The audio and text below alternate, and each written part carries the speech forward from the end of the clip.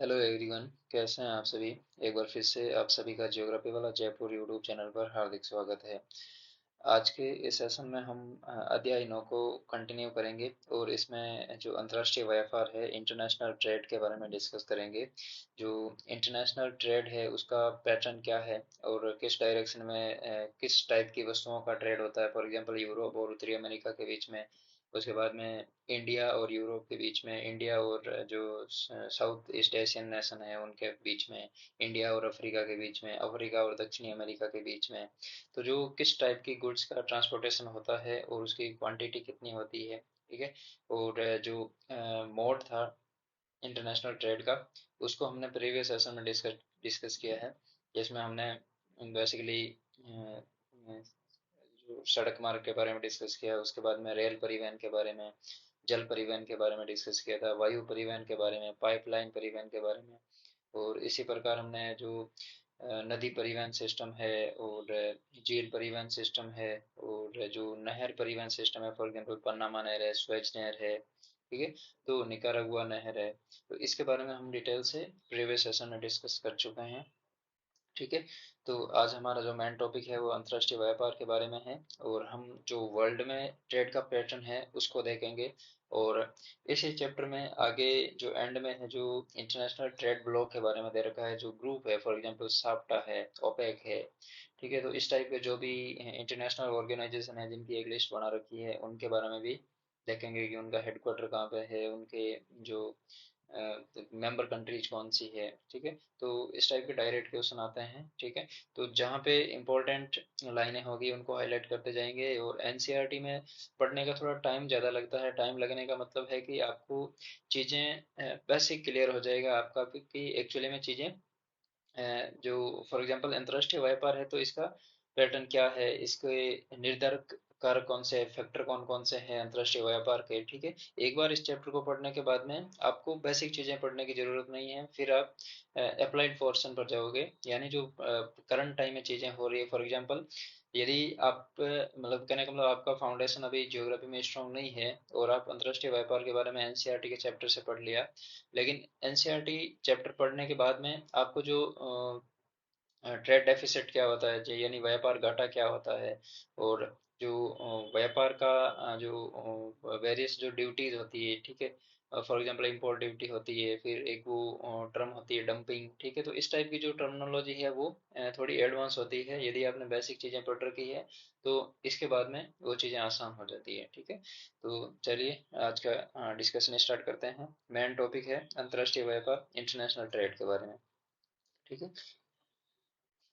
आप एक तृतीयक क्रियाकलाप के रूप में व्यापार शब्द से पहले ही परिचित हो चुके हैं, ठीक है।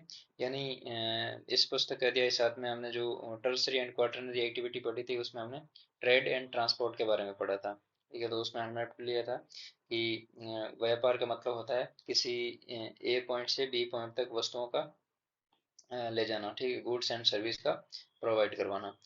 उसके बाद में आप जानते हैं कि व्यापार का तात्पर्य वस्तुओं और सेवाओं के स्वैच्छिक आदान प्रदान से है, ठीक है।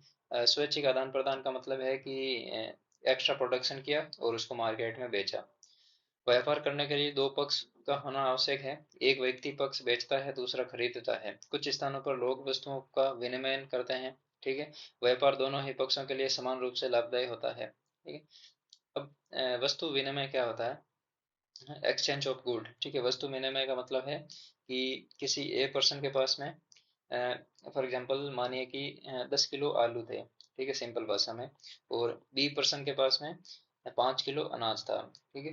तो ए पर्सन बी पर्सन को 10 किलो आलू देगा, ठीक है। अब इसके पास अनाज है लेकिन इसको सब्जी की जरूरत है। वहीं दूसरी तरफ बी व्यक्ति के पास में जो 5 किलो अनाज था वो ए व्यक्ति को दे देगा, ठीक है। तो इन दोनों की पूर्ति हो जाएगी, तो इसको बोलते हैं एक्सचेंज ऑफ गुड्स, वस्तु का विनिमय। नेक्स्ट है व्यापार दो स्तरों पर किया जाता है, अंतर्राष्ट्रीय और राष्ट्रीय। अंतर्राष्ट्रीय व्यापार विभिन्न राष्ट्रों के बीच राष्ट्रीय सीमाओं के आर पार वस्तुओं और सेवाओं का आदान प्रदान को कहते हैं। राष्ट्र को व्यापार करने की आवश्यकता उन वस्तुओं को प्राप्त करने की होती है जिन्हें या तो वे देश स्वयं उत्पादित नहीं कर सकता या जिन्हें वे अन्य स्थानों से कम दामों में खरीदता है। अब इंटरनेशनल ट्रेड क्या होता है? फॉर एग्जांपल इंडिया की बात करें तो इंडिया गल्फ कंट्री से ऑयल जो ऑयल है इसको इंपोर्ट करता है, ठीक है। तो यदि अब इंडिया अपने टेरिटरी में यदि ऑयल का प्रोडक्शन करता और अपनी जो घरेलू डिमांड थी उसको फुलफिल कर लेता, तो गल्फ कंट्री से इंडिया को ऑयल मंगवाना पड़ता क्या? ठीक है, नहीं मंगवाना पड़ता। लेकिन प्रेजेंट टाइम में इंडिया गल्फ कंट्री से, फॉर एग्जांपल ईरान, इराक और सऊदी अरेबिया, इनसे ऑयल इंपोर्ट कर रहा है, ठीक है, पेट्रोलियम इंपोर्ट कर रहा है, ठीक है। तो इसका मेन कारण ये है कि इसको एक ट्रेड की कैटेगरी में डाल दिया है, लेकिन इंडिया अपनी जो डिमांड है उसको फुलफिल कर रहा है, ठीक है, ऑयल के माध्यम से। इस वजह से इसको ट्रेड के पॉइंट ऑफ व्यू से, इंटरनेशनल ट्रेड के पॉइंट ऑफ व्यू से देखा जाता है, दो अंतर्राष्ट्रीय सीमाओं के बीच में होता है। आदिम समाज में व्यापार का आरंभिक स्वरूप विनिमय व्यवस्था था। विनिमय व्यवस्था शुरुआत में जो ट्रेड हुआ है, फॉर एग्जांपल ह्यूमन ने 8000 बीसी के आसपास, यानी आज से लगभग 10,000 वर्ष पहले खेती करना प्रारंभ किया। अब धीरे धीरे खेती करने के बाद में उन्होंने एडिशनल प्रोडक्शन करना स्टार्ट किया। अब एडिशनल प्रोडक्शन करना स्टार्ट किया तो उस समय प्रेजेंट टाइम में जो मनी सिस्टम है वैसा कोई डेवलपमेंट नहीं था, ठीक है। इस वजह से वो क्या है कि एक दूसरे के बीच में वस्तु का विनिमय कर लेते थे, तो जिससे वस्तुओं का प्रत्यक्ष आदान प्रदान होता था, अर्थात वस्तु के बदले में रुपये के स्थान पर वस्तु दी जाती थी। इस व्यवस्था में यदि आप एक कुम्हार होते हैं और आपको एक नल साज की आवश्यकता होती है, तो आपको एक ऐसा नल साज ढूंढना पड़ता है जिससे जिसे आप द्वारा बनाए गए बर्तन की आवश्यकता होती है। आप उसकी नल साज की सेवाओं के बदले में अपने बर्तन देकर आदान प्रदान कर लेते हैं, ठीक है। ये वैसा ही है जैसा आलू देकर अनाज खरीदना, अनाज लेना, ठीक है, सॉरी, आलू देकर अनाज लेना, ठीक है, दोनों एक दूसरे के पूरक हो जाएंगे, ठीक है।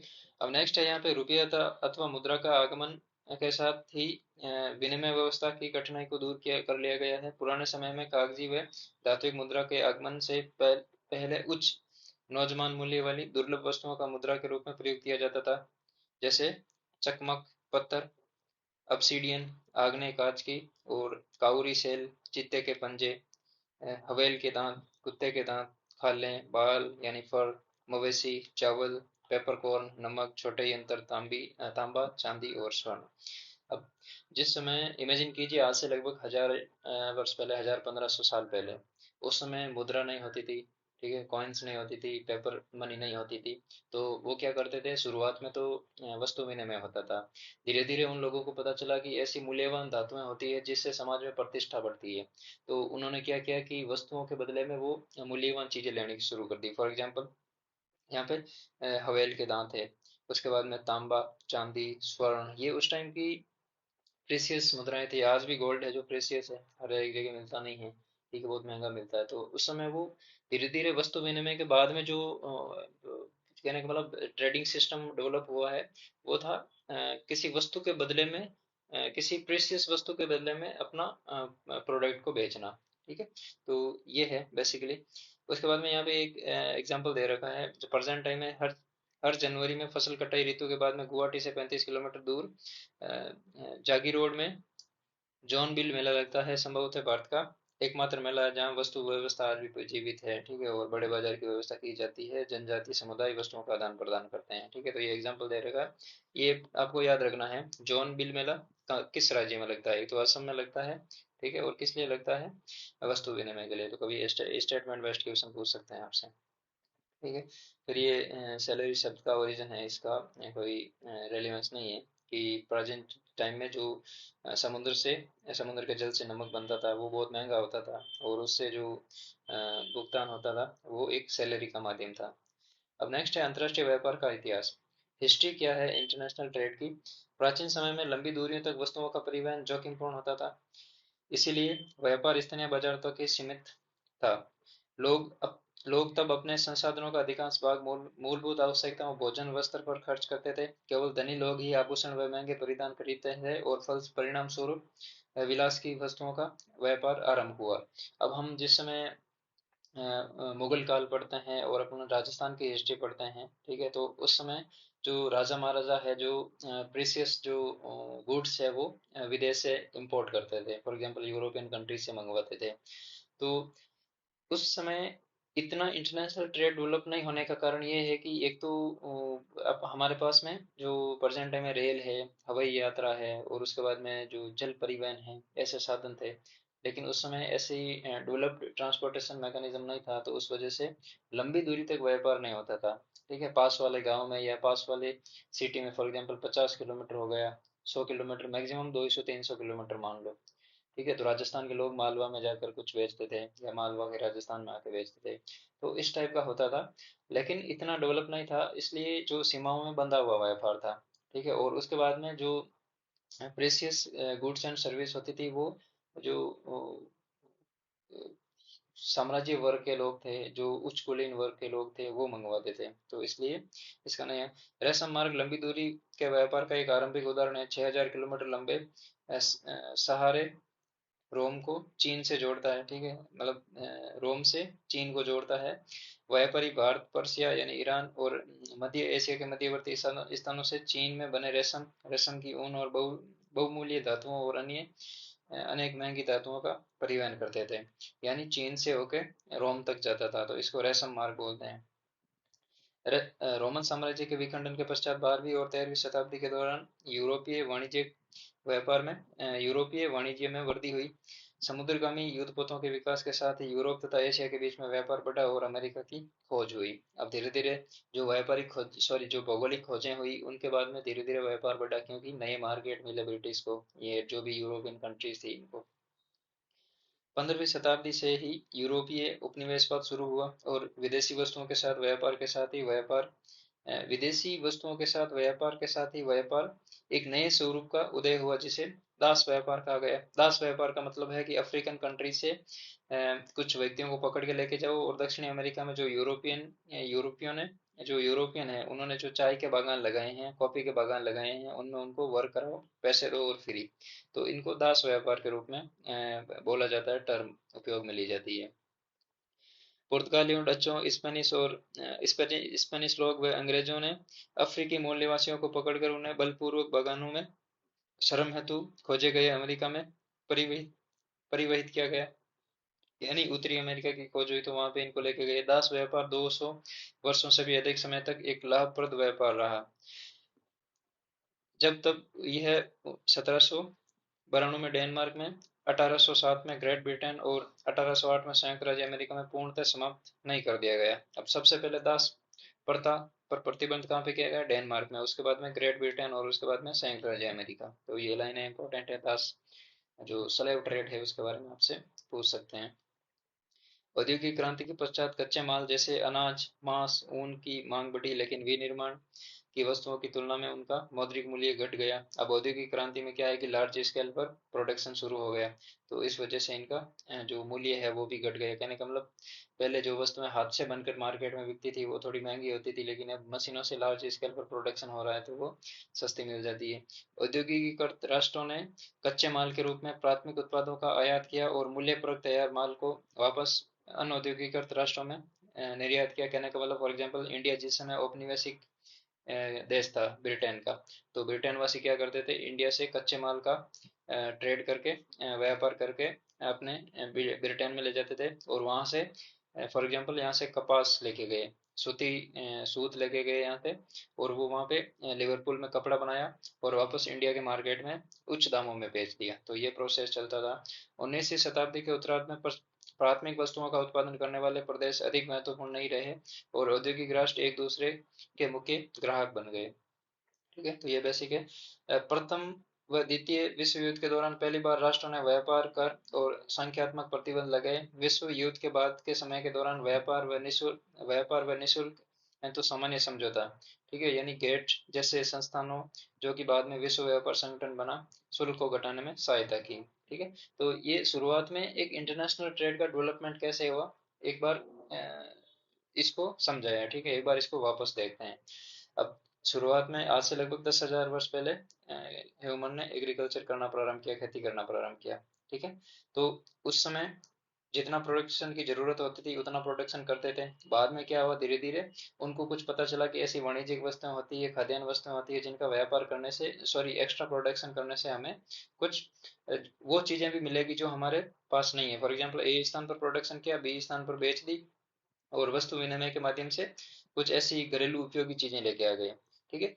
धीरे धीरे बाद में पता चला कि हम जो एक्स्ट्रा प्रोडक्शन करते हैं उनसे यदि हम ये वस्तु विनिमय नहीं करके कुछ मूल्यवान चीजें रखें जिससे हमारी सामाजिक प्रतिष्ठा बढ़े या फिर हमारा जो वैल्यू है वो बढ़े, तो उन्होंने क्या किया, प्रोडक्ट को बेचा और जो मूल्यवान वस्तुएं थी, सोना चांदी तांबा और जो भी वेरियस चीजें पड़ी थी, हमने वो ले लेते थे।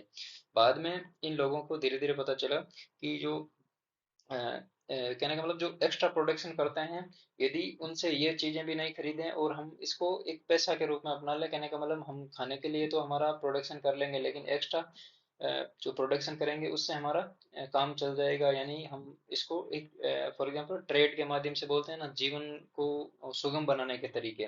तो उन्होंने क्या, लार्ज स्केल पर प्रोडक्शन शुरू किया और मार्केट में बेचना शुरू किया, तो इनका एक व्यापारिक पैसा बन गया। ठीक है। अब बाद में धीरे धीरे जो मिडिल एज थी, ठीक है, लगभग 1000 साल या 1100 या 1200 के आसपास, इन्होंने क्या किया, व्यापार को जो वाणिज्यिक फसलें थी उनका प्रोडक्शन शुरू किया धीरे धीरे।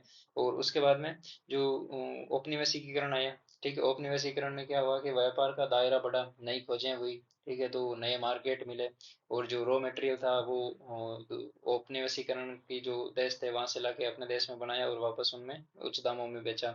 और उसके बाद में फिर इंडस्ट्रियल रिवोल्यूशन आ गया, तो प्रोडक्ट कहने का मतलब लार्ज स्केल पर बनने लगे और जो कॉस्ट थी वो कम हो गई। ठीक है। और धीरे धीरे द्वितीय विश्व युद्ध के बाद में धीरे धीरे जो इंटरनेशनल ऑर्गेनाइजेशन का डेवलप होने लगा और यहाँ पर आके जो टैक्स नाम की जो चीजें हैं वो इम्पोज करनी लगी। ठीक है। पहले फर्स्ट वर्ल्ड वॉर के बाद में ये चीजें धीरे धीरे स्टार्ट हो गई थी कि इम्पोर्ट ड्यूटी लगाएंगे, फॉर एग्जांपल ए देश किसी बी देश से वस्तु मंगाएगा तो कहने का मतलब ए देश उस पर इम्पोर्ट ड्यूटी लगाएगा, यानी अपने देश को, अपने देश के मतलब राजकोष में वृद्धि के लिए, राजकोष में धन की वृद्धि के लिए ये काम किए जाते थे। और प्रेजेंट टाइम में तो ये सिचुएशन इतनी डेवलप हो गई है कि इसके बिना काम ही नहीं होता। तो ये एक जो जो इंटरनेशनल ट्रेड है उसका एक पैटर्न है। ठीक है। तो ये धीरे धीरे ऐसे डेवलप हुआ, इवॉल्व हुआ। अब यहाँ पे जनरल बातें हैं, ठीक है, बेसिक चीजें। अंतरराष्ट्रीय व्यापार अस्तित्व में क्यों है? अब अंतरराष्ट्रीय व्यापार अस्तित्व में क्यों है, इसका एक मेन कारण ये है कि एक भौगोलिक क्षेत्र में कुछ वस्तुओं का प्रोडक्शन होता है जो यहाँ पे स्थानीय लोगों की आवश्यकता को पूर्ति कर देता है, लेकिन इसी भौगोलिक क्षेत्र में कुछ ऐसी वस्तुओं का प्रोडक्शन होता है जो किसी दूसरे भौगोलिक क्षेत्र में होता ही नहीं है वर्ल्ड में। ठीक है। तो इसके लिए इसकी जो इम्पोर्टेंस है वो दूसरे क्षेत्र में बढ़ जाती है, इसलिए इसको दूसरे क्षेत्र में भेजना ही पड़ता है, मंगवाते हैं लोग, उच्च दामों में मंगवाते हैं। तो इनको प्रॉफिट होता है और इनकी भी डिमांड फुलफिल हो जाती है। तो ये जो प्रोसेस है इसको बोलते हैं इंटरनेशनल ट्रेड, और इसका अस्तित्व इसीलिए है क्योंकि इस भौगोलिक क्षेत्र में जो चीजें हो रही है वो वर्ल्ड में कहीं नहीं हो रही है, लेकिन दूसरे क्षेत्रों में इस वस्तु की डिमांड है, तो ये इस डायरेक्शन में जाएगी। अगर स्पीड से इसको डिस्कस कर लेते हैं, ज़्यादा इंपॉर्टेंट ये लाइन है नहीं। अंतर्राष्ट्रीय व्यापार उत्पादन में विशिष्टीकरण का परिणाम है। यह विश्व की अर्थव्यवस्था को लाभान्वित करता है। यदि विभिन्न राष्ट्र वस्तुओं के उत्पादन या सेवाओं को उपलब्धता में श्रम विभाजन तथा विशेषीकरण का प्रयोग में लाए, हर प्रकार का विशिष्टीकरण व्यापार को जन्म देता है। इस प्रकार अंतर्राष्ट्रीय व्यापार वस्तुओं और सेवाओं के तुलना में तुलनात्मक लाभ, परिपूरकता और हस्तांतरणीय के सिद्धांतों पर आधारित होता है, यानी लाभ होना चाहिए, प्रॉफिट होना चाहिए। ठीक है। परिपूरकता का मतलब है कि कोई भी चीज है वो डिमांड को फुलफिल करे। ठीक है। और हस्तांतरणीय मतलब ट्रांसफरेबिलिटी, यानी ए वस्तु ए स्थान से बी स्थान पर जाएगी, तो इसी को ट्रेड बोलते हैं, अंतरराष्ट्रीय व्यापार बोलते हैं। और सिद्धांततः ये व्यापारिक भागीदारी को समान रूप से लाभदायक होना चाहिए। आधुनिक समय में व्यापार विश्व के आर्थिक संगठनों का आधार है और राष्ट्रों की विदेश नीति से संबंधित है। अब for example American foreign minister है वो इंडिया में विजिट करने आते हैं, तो वो 3-4 एग्रीमेंट करते हैं, ट्रेड पे करते हैं। उसके बाद में स्ट्रेटेजिक पॉइंट ऑफ व्यू से एक व्यापार जो एग्रीमेंट है वो करते हैं। दूसरा कोई पॉलिटिकल एग्रीमेंट करते हैं। तो इस टाइप के एग्रीमेंट में जो व्यापार है उसके बारे में भी वो एग्रीमेंट करेगा कि हम इस चीज़ पे इम्पोर्ट ड्यूटी कम करेंगे, इस पे बढ़ाएंगे। ठीक है। हम इस प्रोडक्ट को ज़्यादा इम्पोर्ट करेंगे, अमेरिका ऐसा बोलता है इंडिया को। ठीक है। फिर इंडिया भी अमेरिका को बोलता है कि हमें जो ये प्रोडक्ट है चाहिए और इस पे इम्पोर्ट ड्यूटी, अमेरिका बोलता है चाहिए तो फिर थोड़ी इम्पोर्ट ड्यूटी कम करो। ठीक है। तो इस टाइप की चीजें होती है जो इंटरनेशनल ट्रेड में, सॉरी इंटरनेशनल पॉलिटिक्स में आजकल एक मजबूत स्तंभ के रूप में उभर के आई है। सुविकसित परिवहन एवं संचार तथा संचार प्रणाली से युक्त कोई देश अंतर्राष्ट्रीय व्यापार में भागीदारी में मिलने वाले लाभों को छोड़ने का इच्छुक नहीं है, फॉर एग्जाम्पल अमेरिका है। अब अंतर्राष्ट्रीय व्यापार का आधार क्या है? राष्ट्रीय संसाधनों में भिन्नता। राष्ट्रीय संसाधनों में भिन्नता टर्म पढ़ के आपको समझ में आ गया होगा कि फॉर एग्जाम्पल इंडिया में आयरन ओर मिलता है, लेकिन जापान में आयरन और नहीं मिलता है, तो राष्ट्रीय संसाधनों में भिन्नता हो गई। अब जापान में टेक्नोलॉजी एडवांस है, मशीनरी एडवांस है, वहाँ पे आयरन और से जो स्टील बनाने का जो प्रोसेस है वो अच्छा है, हाई क्वालिटी का स्टील बनाता है। तो जापान क्या करेगा, इंडिया से आयरन और मंगा लेगा। ठीक है, तो यही बेसिक पॉइंट इसका यही है। मतलब भौतिक संरचना जैसे भूविज्ञान, उच्चावच, मृदा, जलवायु में भिन्नता के कारण विश्व के राष्ट्रीय संसाधन असमान रूप से विपरीत है। भौगोलिक संरचना खनिज संसाधन आकार को निर्धारित करती है। धरातलीय भिन्नताएं फसलों व पशुओं की विविधता सुनिश्चित करती है। निम्न भूमियों में कृषि संभावनाएं अधिक होती है। पर्वत पर्यटकों को आकर्षित करते हैं और पर्यटन को बढ़ावा देते हैं। ठीक है, तो बेसिक चीजें हैं। खनिज संसाधन संपूर्ण विश्व में असमान रूप से वितरित है। ठीक है, जैसे पॉपुलेशन का डिस्ट्रीब्यूशन है वैसे वैसे खनिजों का भी डिस्ट्रीब्यूशन है। खनिज संसाधनों की उपलब्धता औद्योगिक विकास का आधार प्रदान करती है। ये भी लाइन इंपॉर्टेंट है, बेसिक फैक्चुअल चीजें हैं। जलवायु किसी दिए हुए क्षेत्र में जीवित रहने वाले पादपों व वन्य जात के प्रकार को प्रभावित करती है। यह विभिन्न उत्पादों की विविधता को भी सुनिश्चित करती है। मतलब जलवायु फॉर एग्जांपल टुंड्रा और टैगा और जो उष्णकटिबंधीय क्षेत्र है, यहाँ पर वनस्पति में और जो जीव जंतु है उनमें विभिन्नताएं हैं। तो ये जलवायु का फैक्टर है कि किस प्रकार की पादप और जीव की ग्रोथ होगी। उदाहरणतः ऊन उत्पादन ठंड क्षेत्रों में हो सकता है। केला, रबड़ तथा कहवा उष्ण कटिबंधीय क्षेत्रों में ही उग सकता है। तो ये लाइन इंपॉर्टेंट है। ठीक है, कुछ बेसिक चीजें कंप्लीट कर रहे हैं आपके लिए कि ठंडे प्रदेश में कौन सी होती है और गर्म प्रदेश में कौन सी चीजें होती है। फिर है जनसंख्या कारक। विभिन्न देशों में जनसंख्या के आकार, वितरण और उनकी विविधता व्यापार की वस्तुओं के प्रकार और मात्रा को प्रभावित करती है। फॉर एग्जांपल हमने इंडिया और जापान का एग्जांपल लिया था आयरन ओर का। तो जापान क्या करता है, आयरन ओर का स्टील में कन्वर्ट करता है और गुड क्वालिटी का स्टील मैन्युफैक्चर करता है, प्रोडक्शन करता है और उसको विभिन्न देशों में बेचता है। ठीक है, सांस्कृतिक कारक। के विशिष्ट संस्कृतियों में कला तथा हस्तशिल्प के विभिन्न रूप विकसित हुए हैं, जिन्हें विश्व भर में सराहा जाता है। उदाहरण स्वरूप चीन द्वारा उत्पादित उत्तम कोटि का पोर्सलिन, चीन मिट्टी का बर्तन है।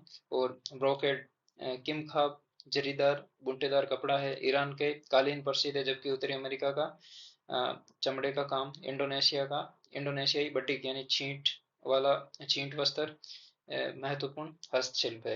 अब जो कालीन क्या होती है, कालीन हम जो जरोके होते हैं बड़े बड़े, एक तो कालीन जमीन पर बिछाई जाती है और दूसरी टाइप की कालीन होती है जो हम जैसे खिड़कियों पर पर्दों के रूप में यूज करते हैं ना, तो वैसे वैसे जो बड़े कोठियाँ और महल होते हैं उनमें वो पर्दे के रूप में यूज होते हैं। तो अलग अलग डिजाइन होती है उनकी। एक बार आप गूगल करना ईरान की काली को। ठीक है, उसमें जो पैटर्न है और उनका जो वर्क है वो इतना शानदार है कि आपको बहुत अच्छा लगेगा। उसके बाद नेक्स्ट है, हम जो मार्केट में जाते हैं तो बोलते हैं ना, छींट कर वही छींट ले नहीं। ठीक है, वस्त्र वस्त्र के रूप में जो ग्रामीण और शहरी लेवल पे जो लेडीज है वो बातें करती रहती है। ठीक है, तो जो इंडोनेशियाई बटीक है, जिसको बटीक बोलते हैं, छींट है, वो फेमस है। जनसंख्या का आकार। अब जो पॉपुलेशन का दायरा है वो कैसे है कि वो कैसे अंतर्राष्ट्रीय व्यापार को डिसाइड करता है। सघन बसाव वाले देशों में आंतरिक व्यापार अधिक होता है, जबकि बाह्य व्यापार कम परिणाम वाला होता है, क्योंकि कृषि और औद्योगिक उत्पादों का अधिकांश भाग स्थानीय बाजारों में ही खप जाता है। जनसंख्या का जीवन स्तर बेहतर गुणवत्ता वाले आयातित उत्पादों की मांग को निर्धारित करता है, क्योंकि निम्न जीवन स्तर के साथ केवल कुछ लोग ही महंगा आयातित वस्तुएं खरीद पाने में समर्थ होते हैं। फॉर एग्जांपल यहाँ पे एक एग्जांपल है, जैसे भारत और बांग्लादेश का एग्जांपल है। इंडिया वर्ल्ड में लार्जेस्ट जूट प्रोड्यूसिंग कंट्री है। ठीक है, लेकिन जूट का कंज्यूम इंडिया वर्ल्ड में टॉप लेवल पर है। ठीक है, मैंने बोला कि जूट प्रोडक्शन में इंडिया वर्ल्ड में टॉप है। ठीक है, वहीं पर मैंने दूसरी बात भी बोली कि जूट कंज्यूम में, ठीक है, जूट के उपभोग में भारत विश्व में पहले नंबर पर है और जूट के एक्सपोर्ट में इंडिया वर्ल्ड में दूसरे नंबर पर है। ठीक है, तीनों चीजें क्लियर हो गई। इंडिया जूट निर्माण में, सॉरी, जूट प्रोडक्शन में वर्ल्ड में टॉप पर है, कंज्यूम करने में भी टॉप पर है, लेकिन एक्सपोर्ट करने में यानी निर्यात करने में सेकंड नंबर पर है। तो फर्स्ट नंबर पर कौन है, बांग्लादेश है। अब बांग्लादेश विश्व में जूट प्रोडक्शन में सेकंड नंबर पर है।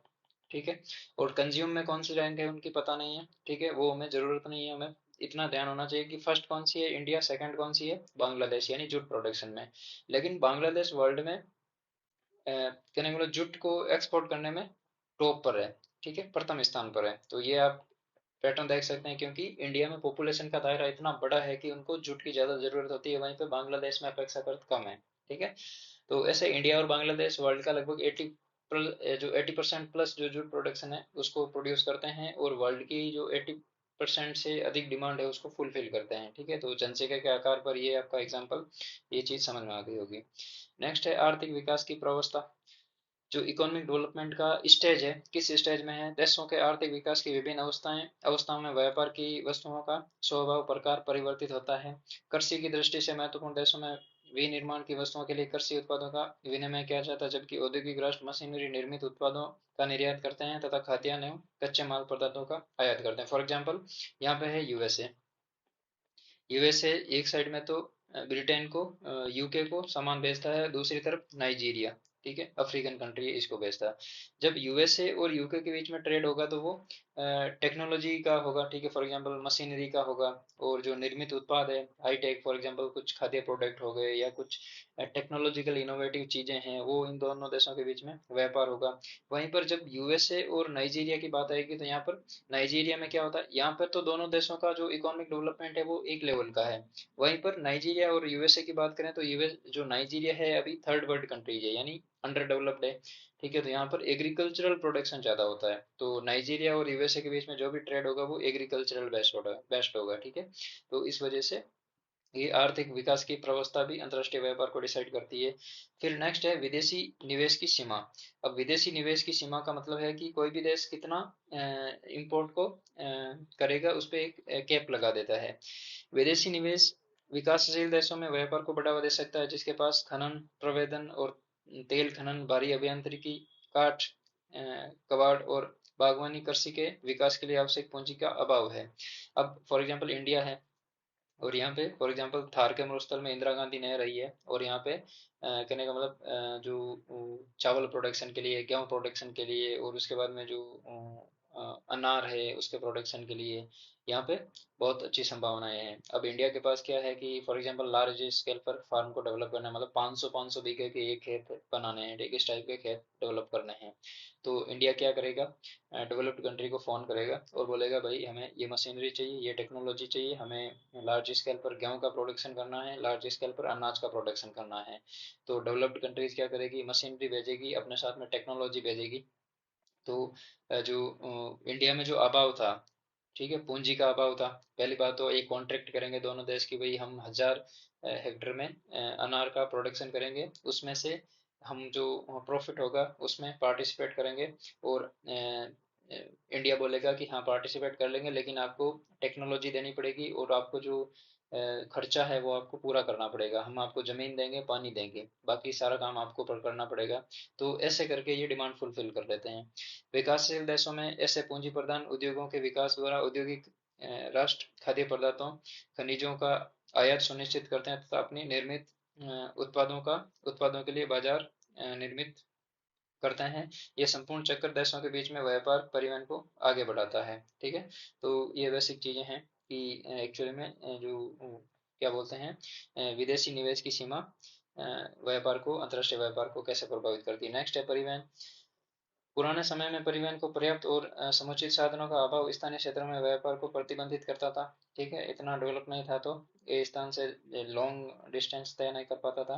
केवल उच्च मूल्य वाली वस्तुएं जैसे रत्न, रेशम, मसालों की लंबी दूरियों तक व्यापार किया जाता था। रेशम चीन से यूरोप जाता था, मसाले इंडिया से यूरोप जाते थे। रत्न जो हाई प्रेशियस वस्तुएं थी वो यूरोप से इंडिया और चीन जाती थी वापस। रेल, समुद्री और वायु परिवहन के विस्तार और प्रशीतन एवं परिरक्षण के बेहतर साधनों के साथ व्यापार ने स्थानिक विस्तार का अनुभव किया है। नेक्स्ट है अंतर्राष्ट्रीय व्यापार के महत्वपूर्ण पक्ष। अंतर्राष्ट्रीय व्यापार के 3 महत्वपूर्ण पक्ष है, जिसमें पहला है परिमाण, दूसरा है प्रखंडीय संयोजन, और तीसरा है व्यापार की दिशा। तो पहला पढ़ते हैं व्यापार का परिमाण। व्यापार की गई वस्तुओं का वास्तविक तोल परिमाण कहलाता है। हालांकि व्यापारिक सेवाओं को तोल में नहीं मापा जा सकता, इसलिए व्यापार में की गई वस्तुओं और सेवाओं के कुल मूल्य को व्यापार के परिमाण के रूप में देखा जाता है। अब एंशियंट टाइम में तो 20-25 किलो जो प्रोडक्ट होता था वो मार्केट में बेचने जाते थे, तो उसका माप भी होता था, भार भी होता था हमारे पास, और इनकम भी होती थी। प्रेजेंट टाइम में जो कंटेनर बेस्ड व्यापार है, ठीक है, लार्ज स्केल पर होता है, तो उसका जो वैल्यू होती है उसके पॉइंट ऑफ व्यू से उसको डिसाइड कर लिया जाता है कि हमारा इतना व्यापार हुआ है। ठीक है। फॉर एग्जांपल हम बात करते हैं ना इंडिया और चाइना के बीच में कि इतने बिलियन ट्रेड का व्यापार इंडिया करता है। फॉर एग्जांपल एक 100 बिलियन डॉलर का व्यापार हो गया, उसमें इंडिया को 40 बिलियन डॉलर का लॉस हो गया। ठीक है, तो कहीं ना कहीं इंडिया भी 60 बिलियन डॉलर का व्यापार करता है। फॉर एग्जांपल एग्जांपल दिया, करंट टाइम में सिचुएशन क्या वो अलग है। ठीक है, तो ये बिलियन डॉलर में मापते हैं, ऐसे थोड़ी ना मापते हैं कि इतने हजार टन भारत चाइना को भेजा, चाइना ने इतने हजार टन इंडिया को भेजा। तो प्रेजेंट टाइम में ये सारा काम जो वैल्यू है उस पर होता है। व्यापार संयोजन, व्यापार संयोजन क्या है कि पिछली शताब्दी में देशों द्वारा आयातित और निर्यातित वस्तुओं और सेवाओं के प्रकार में परिवर्तन हुए। पिछली शताब्दी में आरंभ में प्रारंभिक उत्पादों का व्यापार प्रधान था, यानी प्राथमिक उत्पादन जो कृषि खनन और इन पे बेस्ड जो वस्तुएं थी उनका व्यापार मुख्यतः होता था। बाद में विनिर्मित वस्तुओं ने प्रमुखता प्राप्त कर ली और वर्तमान समय में यद्यपि विश्व व्यापार का अधिकांश विनिर्माण क्षेत्र में आधिपत्य में है। सेवा क्षेत्र जिसमें यात्रा, परिवहन एवं अन्य व्यावसायिक सेवाएं सम्मिलित है, ऊपरीगामी प्रवृत्ति दर्शा रहा है। तालिका 9.1 दर्शाती है कि कुल व्यापारिक माल और आयातित एवं निर्यातित की गई मात्रा गत वर्षों में अनुकूल रूप से बढ़ रही है। ठीक है, फॉर एग्जाम्पल चित्र 9.1 कौन सा है यहाँ पर? 9.3 है यहाँ पे। यस, ये 9.1 ये है, इंडेक्स है, और 9.3 ये ग्राफ है। ठीक है, तो यहाँ पे फॉर एग्जांपल निर्यात है 1955 में 95,000 का था, ये 65 में धीरे धीरे 1,90,000 का हो गया, और प्रेजेंट टाइम में ये 2015 में तो इनका आंकड़ा और भी बढ़ गया। ठीक है, तो कुल व्यापारिक माल, ठीक है, आयात, ठीक है, ये 99,000 था, उसके बाद में 1,99,000 हो गया, फिर 9,12,000 हो गया, फिर 20,15,000 हो गया, फिर 52,92,000 हो गया, ऐसे करते करते धीरे ये करोड़ों में चला गया। ठीक है, तो इसी प्रकार जो आयात और निर्यात है यूएस से 10 लाख डॉलर में वो धीरे धीरे बढ़ रहा है टाइम के साथ में। अब 9.3 में 3 को देखने से ये स्पष्ट हो जाता है कि 2005 से 15 के बीच में विश्व व्यापारिक परिवर्तन में विनिर्मित सबसे अधिक योगदान रहा है। ईंधन और खनन उत्पाद, कृषि उत्पाद भी व्यापारिक निर्यात में महत्वपूर्ण योगदान रहा है। ठीक है, अब यहाँ पे चार चीजें दे रखी है।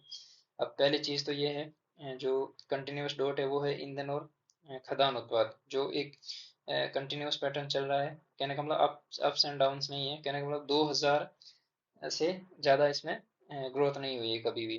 अब दूसरी तरफ यहाँ पे दूसरी लाइन कौन सी है? कृषि उत्पाद से संबंधित है। कृषि उत्पाद में भी ज्यादा चेंजेस नहीं आया है। ठीक है, मुश्किल से 2000 से 4000 के बीच में रह रहा है। ठीक है, और बहुत ही कम टाइम में ये 4000 क्रॉस कर गया, और वापस ये 2015 के आसपास 2000 के नीचे आ गया। ठीक है, सॉरी, 2 और से 4 के बीच में आ गया।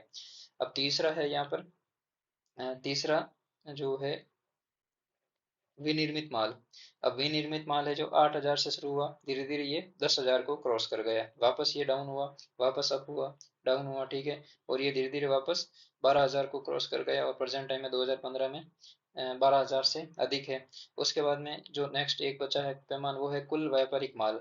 अब जो टोटल ट्रेड हुआ है वो 10,000 से शुरू हुआ था, और धीरे धीरे अप एंड डाउन होते हुए ये 18,000 को क्रॉस कर गया, और प्रेजेंट टाइम में ये 16,000 के आसपास है, यानी लगभग 16,000 के आसपास है। ठीक है, तो ये ट्रेड है जो अप एंड डाउन होता है, मतलब 2005 से 2015 के बीच में विश्व व्यापार में माल और निर्यात में। ठीक है, तो ये वर्ल्ड ट्रेड है, कहने का मतलब एग्रीकल्चर का पैटर्न ये रहा, उसके बाद में विनिर्मित माल का ये है, और उसके बाद में ईंधन और खदान का ये है। तो आप एग्जाम में क्वेश्चन पूछ लेंगे, स्टेटमेंट बेस्ड क्वेश्चन पूछ लेंगे, कि स्टेटमेंट फर्स्ट में दे दिया कि वर्ष 2005 से 15 के बीच में जो सर्वाधिक कहने का मतलब ग्राफ है वो ईंधन एवं खदान उत्पादों का बढ़ा है। दूसरा दे देंगे कि जो कुल व्यापारिक माल है 2015 2005 और 15 के बीच में, उसमें लगातार बढ़ोतरी हो रही है। ठीक है, तो लगातार बढ़ोतरी नहीं हो रही है, अप एंड डाउन आ रहे हैं, और बाद में ये अपेक्षाकृत कहने का मतलब शुरुआत से थोड़ा ऊपर ही है। तो इस वजह से दोनों पॉइंट जो जो दोनों स्टेटमेंट है वो इनकरेक्ट हो जाएंगे। ठीक है, तो ये चीजें जो अप्लाइड चीजें हैं उनको थोड़ा ध्यान में रखना जरूरी है। अब नेक्स्ट है विश्व व्यापार। विश्व व्यापार, व्यापार में महाद्वीपों की हिस्सेदारी में परिवर्तन है, क्योंकि यूरोप का योगदान घट रहा है जबकि एशियाई देशों का योगदान बढ़ रहा है। ठीक है, अब औपनिवेशिकीकरण के टाइम में क्या होता था कि जिस देशों पर ब्रिटेन का कब्जा था, वहां से वो कच्चा माल लाता था, यहाँ पे अपनी मशीनरी से प्रोडक्शन करके वापस घरेलू मार्केट में भी बेचता था, वापस जिस देश से कच्चा माल प्राप्त किया वहां पे भी बेचता था, और अन्य किसी और लोकेशन पे भी बेचता था। तो इमेजिन कीजिए इसको कितना प्रॉफिट होता। ठीक है, लेकिन प्रेजेंट टाइम में क्या है, औपनिवेशीकरण का प्रोसेस खत्म हो गया, तो इंडिया खुद अपने प्राकृतिक संसाधनों का मैन्युफैक्चर करता है और उसको ब्रिटेन में भी बेचता है, घरेलू डिमांड भी पूरी करता है, और किसी और कंट्री को भी एक्सपोर्ट करता है। ठीक है, तो अब ब्रिटेन के पास इतने रिसोर्सेज नहीं है, वो प्रेजेंट टाइम में इंपोर्ट करता है सारी चीजें, और उसका मैन्युफैक्चर करके घरेलू बाजार में यूज करता है बस। ठीक है, कुछ ऐसी विशेष वस्तुएं हैं जिनका प्रोडक्शन करके वो वर्ल्ड मार्केट में बेचता है, जिसके उसके पास में अच्छी टेक्नोलॉजी है। ठीक है, लेकिन प्रेजेंट टाइम में ये सिचुएशन उल्टी हो गई है, तो इस वजह से ये एशियाई देशों में इसका योगदान बढ़ रहा है। ठीक है, तो यूरोपियन कंट्रीज का योगदान क्यों घट रहा है, उसका मेन कारण यही है कि औपनिवेशिकीकरण के टाइम में उनको कच्चा माल मिल जाता था और वो प्रोडक्ट मैन्युफैक्चर करके थर्ड वर्ल्ड में बेच देते थे, लेकिन प्रेजेंट टाइम में ये सिचुएशन विपरीत हो गई है, उल्टी हो गई है। ठीक है, तो आज के इस सेशन में इतना ही है। चलो, टॉपिक को जो बचा पोर्शन है वो कल करेंगे, और इसमें हम व्यापार की दिशा, मुक्त व्यापार स्थिति, व्यापार संतुलन, अंतर्राष्ट्रीय व्यापार के प्रकार, विश्व व्यापार संगठन, और ये सारी चीजें देखेंगे। उसके बाद में जो व्यापारिक समूह है, ट्रेड ब्लॉक है, उनको देखेंगे और हमारा चैप्टर कंप्लीट हो जाएगा। तो चलिए, आज के इस सेशन में इतना ही है। Thank you.